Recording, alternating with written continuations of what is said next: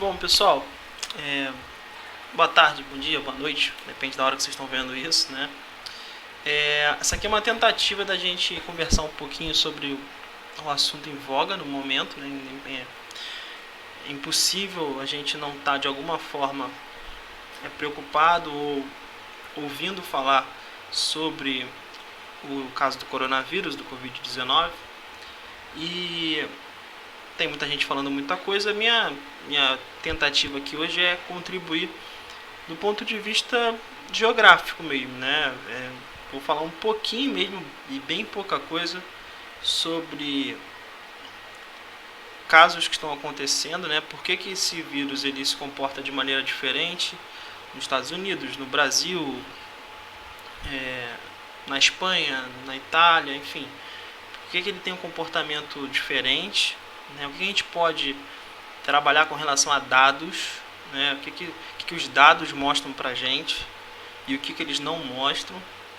Então, a tentativa hoje aqui, vou tentar falar isso com uma abordagem um pouco mais voltada para vocês do ensino médio, trabalhar um pouco de demografia, né? O comportamento populacional e como ele pode ajudar a gente a entender os casos, como eles estão evoluindo, né?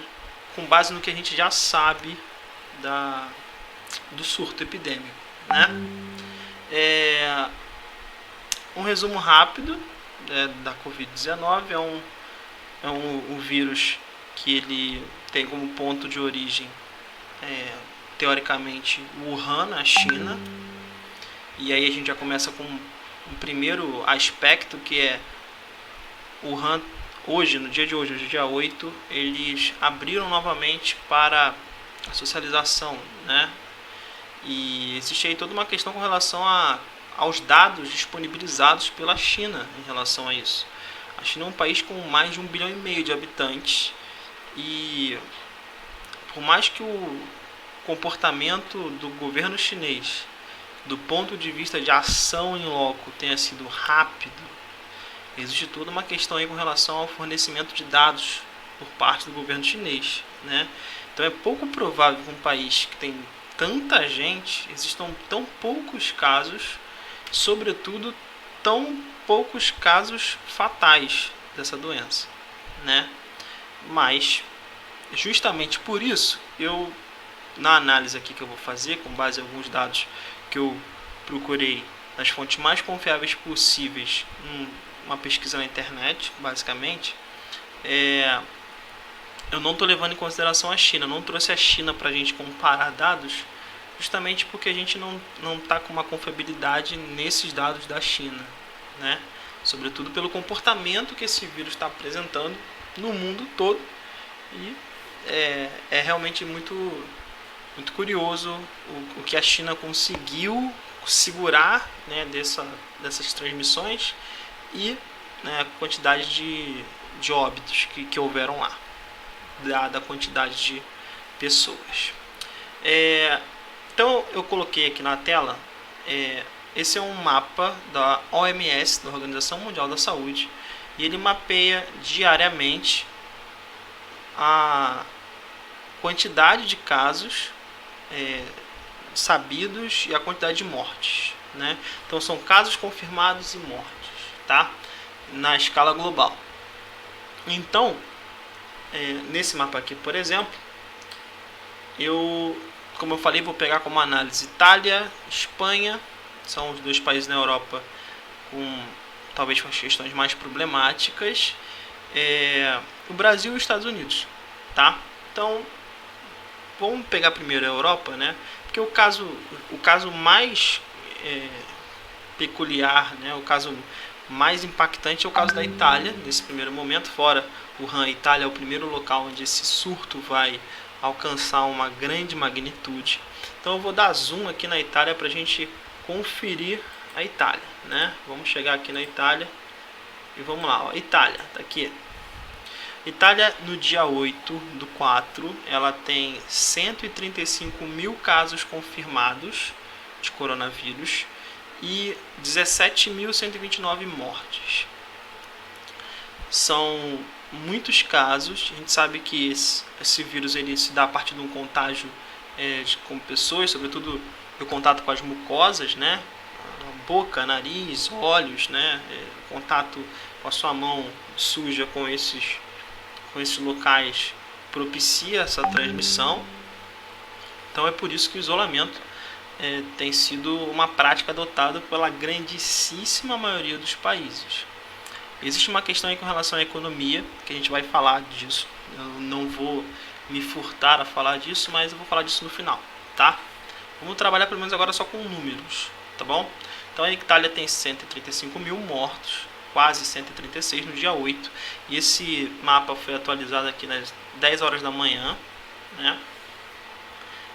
Então, quase 140 mil mortos. Se a gente olhar aqui, a taxa de letalidade, ou seja, a quantidade de pessoas que esse vírus mata e que tem casos confirmados, na Itália está acima de 10%, né? Então é um número que a gente vai falar dele também. Eu busquei informações sobre a Itália porque esse vírus ele teve mais impacto na região da Lombardia, que é essa região aqui, ó, tá? E por que ele teve mais impacto na região da Lombardia do que nas outras áreas? E por que ao comparar, eu estou vendo muitas pessoas compararem simplesmente a densidade demográfica dos países afetados para comparar medidas que podem ser tomadas ou não. E aí tem um erro, e é justamente por isso que eu gostaria de... Porque eu peguei o mapa da Itália para desmembrar ele. Essas 135 mil pessoas que estão contaminadas, elas não estão espalhadas homogeneamente pelo território italiano, né? A gente sabe que o foco é na região da Lombardia, que é essa região aqui. Curiosamente, é a região da Itália que tem maior densidade demográfica. O que é densidade demográfica mesmo, né? Quantidade de habitantes por quilômetro quadrado. Então, se eu pegar a região da Lombardia, é a região da Itália que tem mais pessoas por quilômetro quadrado, ou seja, as pessoas estão mais aglomeradas. E a gente sabe que para esse vírus, né, se propagar, as pessoas precisam estar em contato. Então, é muito plausível que o local onde há maior adensamento será o local onde esse número de casos vai ser maior. Isso é uma relação matemática simples, né? Que envolve outras questões também, né? Tem um aspecto social, né? Um aspecto econômico, a gente sabe disso, mas do ponto de vista matemático, quanto mais pessoas aglomeradas, maior é a probabilidade desse vírus ser transmitido, né? Então a região da Lombardia é a região com maior número de pessoas por quilômetro quadrado. Porém, a quantidade de morte, né, a letalidade do vírus na Itália é alta, ela é 10%, acima de 10%. E a gente sabe também que esse vírus ele tem uma maior taxa de letalidade entre pessoas idosas ou com alguns problemas respiratórios principalmente. Então, esse grupo de risco, são pessoas com mais de 60 anos e com outras variáveis, é uma parcela da população que a gente tem que olhar com muito cuidado. Então, eu busquei na região da Lombardia qual é a relação de idosos, quantos idosos nós temos na Lombardia, qual a relação, qual a participação dos idosos na população total da Lombardia. E eu consegui chegar nesse site aqui que divulga, o site do governo italiano, que divulga informações sobre aspectos não só demográficos, mas econômicos, né, sociais da Itália. Se você quiser navegar depois, eu vou tentar colocar aqui na descrição para vocês. E aí eu consegui chegar aqui, ó, no índice chamado aqui, ó, no índice... Eita, peraí que agora carregou aqui, né? Região... Eu quero... Deixa eu carregar. Problemas técnicos. Tem aqui, ó, índice de vecchiaia, não sei como pronuncia, mas é um valor referente à quantidade de idosos. Então eu vou procurar aqui por região e vou colocar a região da Lombardia, que aí a gente vai ter um comparativo com a Itália, né? Como é que é o comparativo? Como é que é a população de idosos em relação à Itália e em relação à Lombardia? Então aqui, ó, Lombardia, coloquei o mouse aqui, ó, esse índice de vecchiaia é de 162,2. O que é esse índice? Fui procurar também o que é esse índice que está em italiano, né? é um índice de idosos que ele compara quantos idosos tem a cada 100 jovens. Então, a cada 100 jovens, quantos idosos eu tenho? Então, já dá para ter uma ideia de que a população, sobretudo da região da Lombardia, né, da Itália como um todo, né, a gente viu o gráfico em cinza ali, mas existem muitos idosos na população em relação a jovens, ou seja, a maior parte da população é idosa, se comparada com a dos jovens, né? A população adulta pode ser grande também, mas estou chamando a atenção para que a população dessa região da Itália, sobretudo da Itália, né, como um todo, da Europa, né, vamos pegar esse recorte, essa escala maior, é uma população que tem muitos idosos, então o que torna sensível essa parte da população, porque eles vão ser os mais afetados por essa pandemia. Então, ter muitos idosos é um problema nesse sentido, porque são a população que está mais sujeita a chegar a óbito se contrair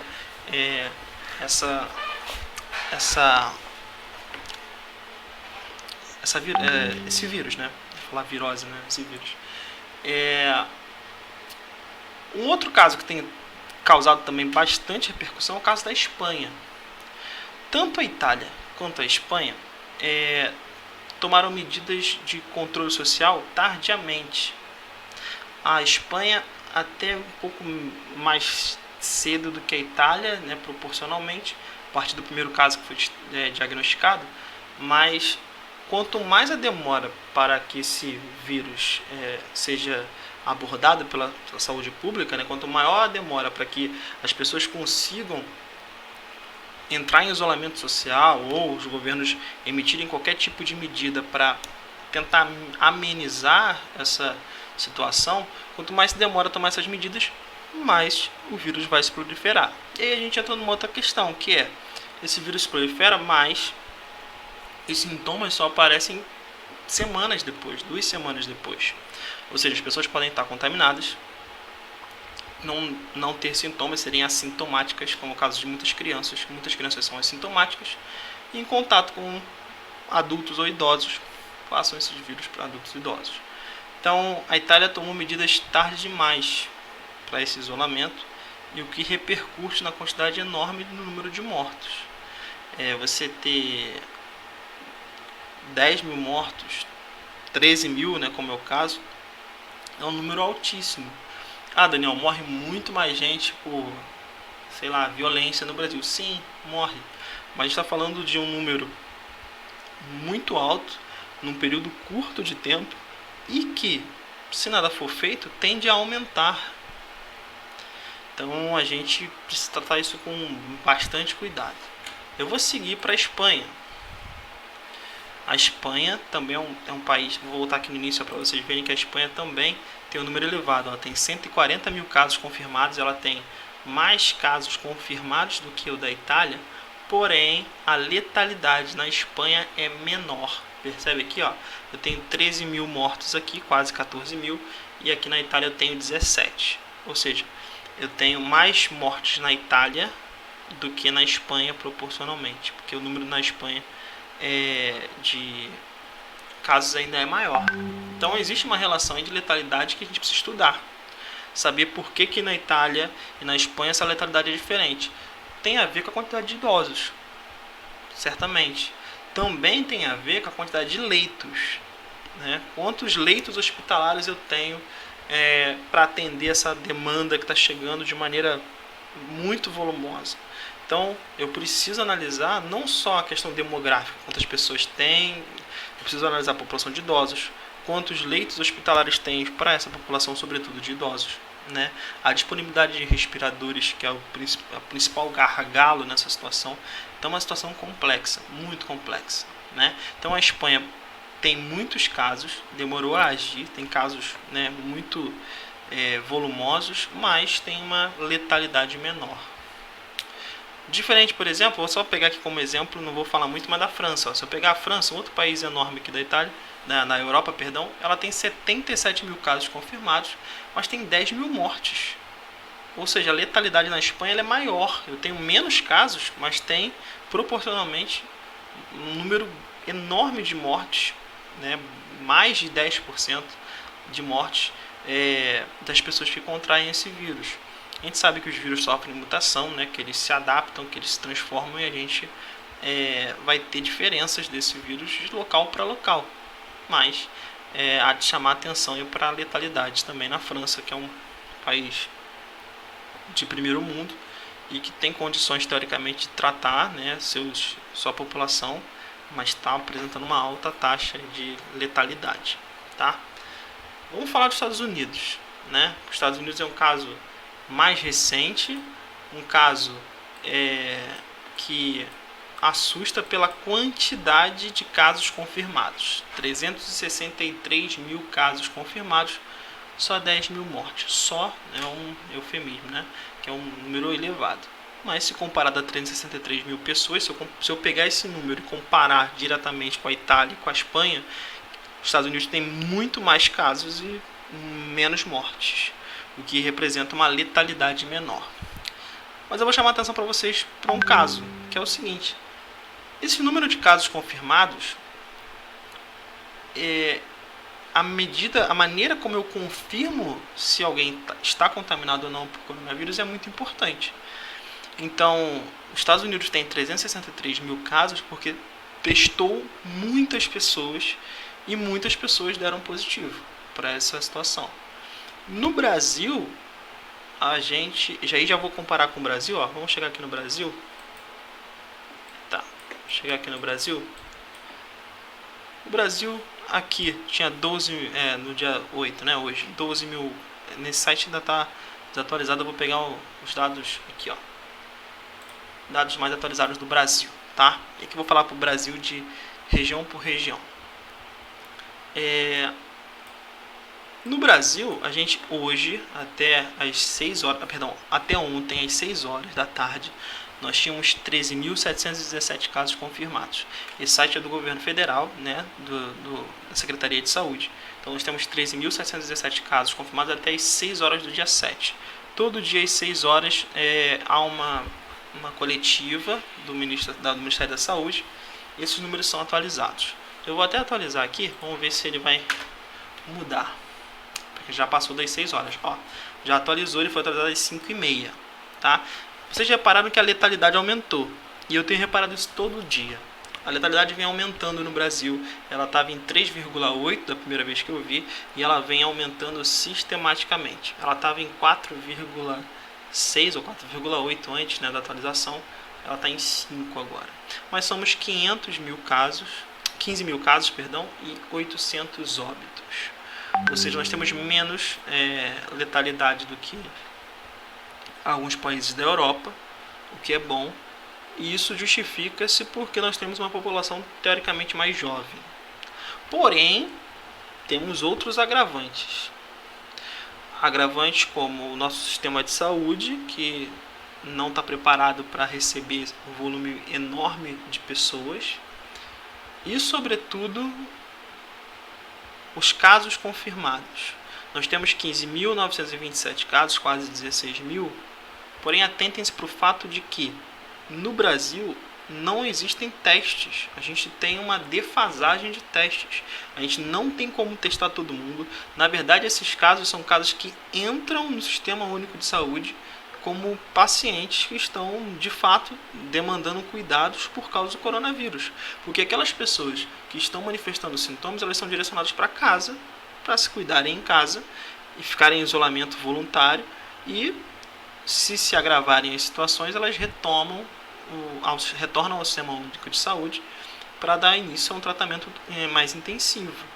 Então, os casos confirmados no Brasil são casos que deram entrada no Sistema Único de Saúde, que de alguma forma passaram pelo Sistema Único de Saúde. Eles não foram testados. As pessoas no Brasil não estão sendo testadas em grande volume. Esses testes estão sendo feitos, né, por universidades federais, pela Fiocruz. Né, algumas empresas estão tentando também encomendar testes para testar seus funcionários. Então, assim, há uma subnotificação. Vocês já devem ter ouvido essa palavra. Tem pessoas que não foram testadas ainda, né? eu não fui testado, você não foi testado, eu posso estar com vírus e não estar manifestando isso, né? A população dos Estados Unidos foi testada massivamente, mais testes foram comprados, né? Tem até um caso polêmico com relação à China, né? Os testes que nós compramos da China, os Estados Unidos atravessou, né? Pagou lá a multa rescisória e comprou os testes, né? Então, um teste que a gente estava esperando receber, a gente não vai receber mais. Então, assim, a gente ainda está atrasado com relação a como testar as pessoas para saber se elas estão ou não com o coronavírus, para fazer com que elas fiquem em isolamento. Então, essa é uma principal preocupação nesse sentido. A gente precisa testar pessoas, né? Sem esses testes, a gente vai enfrentar problemas. Um outro aspecto que eu ainda não havia mencionado é a quantidade de locos, né? Porque a gente sabe que esse vírus está se espalhando, né? Mas existem locais pontuais, espacialmente, que são locais de grande adensamento populacional, como o caso lá da Lombardia, que eu citei. Na Espanha eu tenho Madrid. No Brasil eu tenho a maior metrópole sul-americana, que é São Paulo, como um dos pontos focais, e tenho o Rio de Janeiro também. Manaus também passa a aparecer como um local onde existem também um crescimento grande, né, proporcional de casos. Então, vamos pegar aqui por região, né? Está aqui já na tela para vocês. A maioria dos casos no Brasil é na região sudeste e esse número proporcionalmente aumentou, tá? Então, o sudeste está proliferando casos em maior quantidade do que no restante do Brasil. Aqui embaixo eu tenho casos novos por dia e vocês percebam que o número de casos vem sistematicamente aumentando. Tem algumas quedas, mas em geral nós estamos numa curva ascendente. O número de casos vai aumentar e essa é uma tendência, segundo o nosso ministro da Saúde, que isso aconteça nesse mês de abril e até o mês de maio. O número de casos continuarão a subir. Aqui embaixo eu tenho casos por semana, ou seja, a cada semana esse número varia.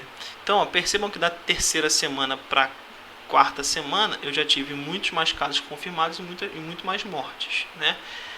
A 15ª semana acabou de começar. Eu já tenho números que já estão aproximando da 14ª, ou seja, a tendência é que a 15ª seja proporcionalmente muito maior que a 14ª, a 16ª vai ser maior que a 15ª, e isso vai acontecer até a gente chegar no momento onde a gente consiga estabelecer tratamento e isolamento social para que as pessoas parem de ser contaminadas. Então, a curva ela é ainda ascendente e será durante algum tempo ascendente. Em casos por estado, e aí eu queria pegar o Rio de Janeiro e São Paulo, sobretudo, eu tenho aqui confirmados, óbitos e letalidade, né? Aquele número que a gente veio trabalhando ao longo. Então, vamos pegar aqui o Rio de Janeiro. O Rio de Janeiro tem quase 2.000 casos, quase 100 óbitos, um pouco mais de 5,5% de letalidade. Ou seja, 5,5% das pessoas que contraem o vírus vêm a óbito. No caso de São Paulo, a letalidade é maior e o número de casos também é muito maior, né? 6.000 casos. E esses dois locais são os locais do Brasil, que se você pegar aqui, são os locais que têm o maior número de casos, né? Eu tenho também Ceará, no Amazonas estão concentrados em Manaus, né? Ou seja, Rio de Janeiro e São Paulo são no Brasil os dois principais focos de propagação. Vou voltar aqui no mapa da Itália. Perdão. Vou pegar esse mapa aqui primeiro, né? Que esse mapa aqui revela o erro que muitas pessoas estão fazendo, que é comparar a densidade demográfica de maneira geral. No Brasil, a densidade demográfica da população é de 24 pessoas por quilômetro quadrado. Esses números são de 2019, sendo que esse número de 2019 do Brasil ele não é factual, tá? Porque o nosso censo só sai em sairia esse ano, a gente não sabe se ele vai de fato acontecer, provavelmente vai acontecer em 2021. Não existem 24 pessoas por quilômetro quadrado em todas as regiões do Brasil. Isso é um número geral. O Brasil é muito grande, mas a população está concentrada. Até a galera do 6º ano sabe, né, que existe uma diferença entre populoso e povoado, né? Então, o povoamento no Brasil ele é extremamente desigual. Se eu pegar com o número da Itália, a Itália tem 200, se eu pegar o número geral da Itália, ela tem 200 habitantes por quilômetro quadrado. As pessoas têm feito o seguinte cálculo: vou comparar, a Itália está em mais casos porque tem 200 habitantes por quilômetro quadrado. No Brasil só tem 24 pessoas, aqui a gente vai ter muito menos casos porque tem muito menos pessoas aglomeradas. Onde está o erro? O erro está na seguinte situação. Aqui, ó, na região da Lombardia, eu tenho quase 5 mil pessoas por quilômetro quadrado. Eu não lembro onde eu peguei o dado. Não é nesse site. Mas eu acho que está escrito por aqui em algum local. A densidade demográfica da Lombardia é muito alta. De fato, ela é muito alta. Tá? Mas, vou pegar aqui, ó, dados também do IBGE. Esses dados estão disponíveis. Essa plataforma Sidra está disponível. Você pode jogar aí para fazer suas pesquisas de escola, inclusive, os campos que você quer, e ele gera para você as tabelas, né? Então eu peguei aqui a densidade demográfica dessas cidades. Qual a densidade demográfica do Rio de Janeiro e qual a densidade demográfica de São Paulo? Será que elas são muito diferentes da densidade do Brasil, que é 24? Então, ó, peguei aqui Rio de Janeiro. Essa aqui é a área em quilômetros quadrados do estado do Rio de Janeiro. São 5 mil quilômetros quadrados, né? Mas eu não quero. Eu quero densidade demográfica. Quero saber quantas pessoas tem no Rio de Janeiro por quilômetro quadrado. Quantas pessoas tem na cidade do Rio de Janeiro por quilômetro quadrado, tá? Nós temos 2.221 pessoas por quilômetro quadrado, tá? 2.221 pessoas por quilômetro quadrado na cidade do Rio de Janeiro. E notem, a cidade do Rio de Janeiro, até mesmo dentro da cidade, essa distribuição ela é desigual. Existem áreas dentro da cidade que tem muito mais pessoas do que outras. Se comparar a Barra da Tijuca com a Rocinha, a densidade demográfica da Rocinha ela é muito maior do que a da Barra da Tijuca. Então, atentem-se para o fato de que não dá para comparar números gerais. Eu preciso ser mais específico. A gente tem um problema sério aqui, que é a gente tem muitas pessoas aglomeradas e as habitações dessas pessoas estão localizadas são habitações onde muitas pessoas vivem no mesmo cômodo.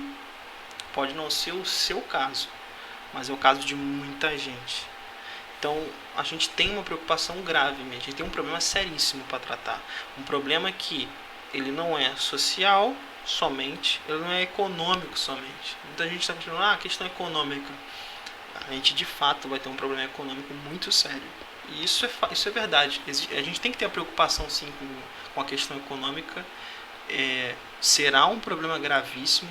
Muitas pessoas vão ter que mudar de atividade. A gente vai ter um problema a longo prazo, sim. Isso é factual.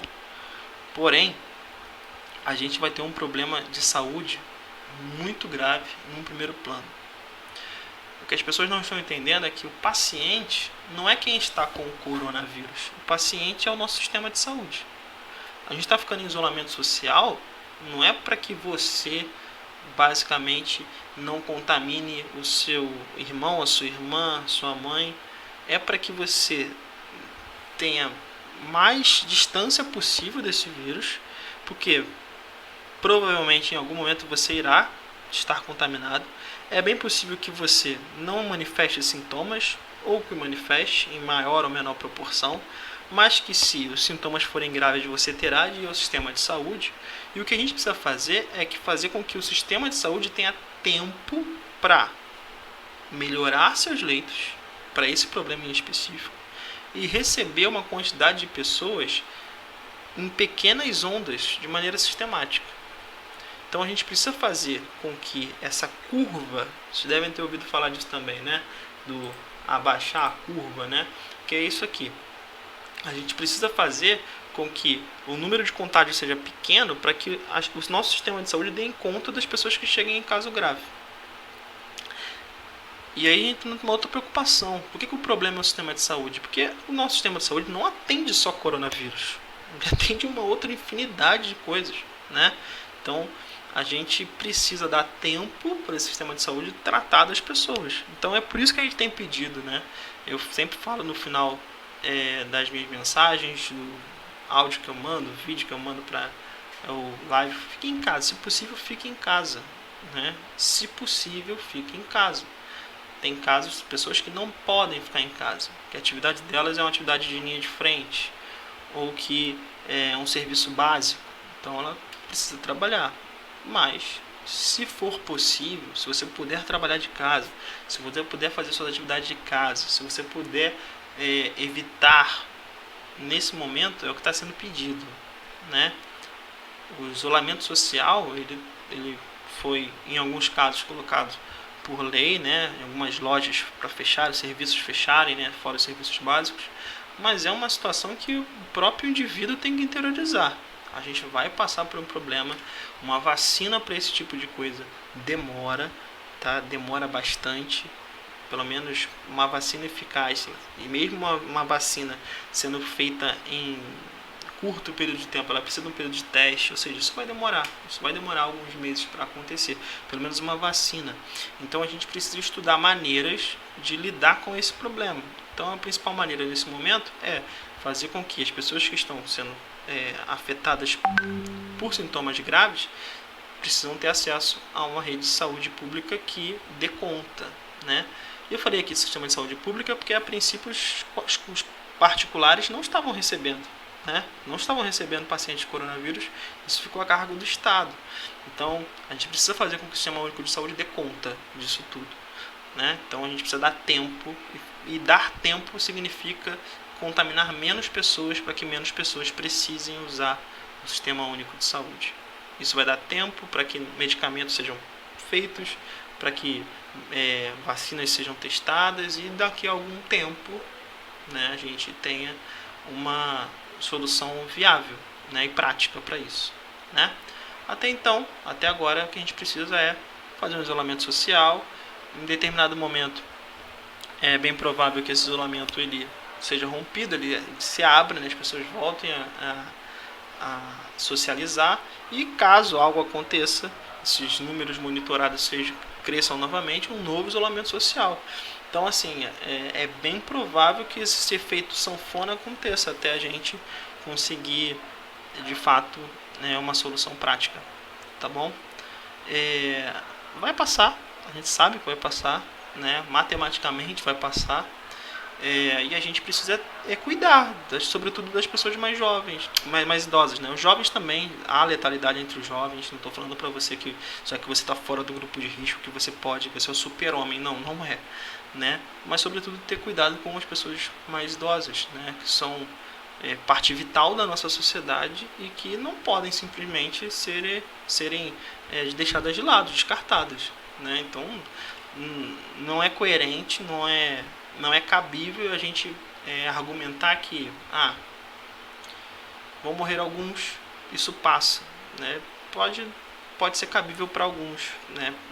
Para mim não é. E aí foi uma opinião pessoal. Quem falou isso agora foi o Daniel, não foi o professor de geografia que está falando sobre estudos demográficos, né? Racionalmente, numericamente, é bem provável que uma questão econômica vai impactar muito mais na vida das pessoas do que o número de mortos que nós teremos do coronavírus. Isso é um número que matematicamente pode ser discutido, mas será que socialmente ele pode ser discutido? Será que individualmente ele pode ser discutido? Então é uma situação que levanta muitos questionamentos mesmo, né? E eu acho que a sociedade muda a partir disso. Eu acho que a gente vai precisar de fato problematizar muita coisa, né? O valor que a gente dá a encontros pessoais, né, com outras pessoas, o valor que a gente dá a certos serviços, o valor que a gente dá a certos produtos. Então a gente vai passar por uns meses onde a gente vai se reeducar, né? Tudo indica numericamente que é isso que vai acontecer. Mas como eu falei, existem variáveis, né? A gente não sabe o comportamento do vírus, pode acontecer de uma hora para outra que um contágio acabe, que a temperatura que faça que afete diretamente, enfim, o problema é que a gente tem poucos estudos sobre este vírus em específico, não sobre a família dele, mas sobre esse vírus específico a gente tem pouca coisa, a gente está correndo atrás. Então vamos andar com base, né, no que a gente já sabe, no que a gente conhece, no que tem dado certo. É a maneira da gente andar e seguir, né? Essa foi a maneira de eu ficar um pouquinho mais próximo de vocês, né? Não mata a minha saudade, não mata a minha forma de me relacionar com vocês, mas é uma maneira de vocês verem que eu estou precisando de um cabeleireiro, né? Mas não estou saindo por causa da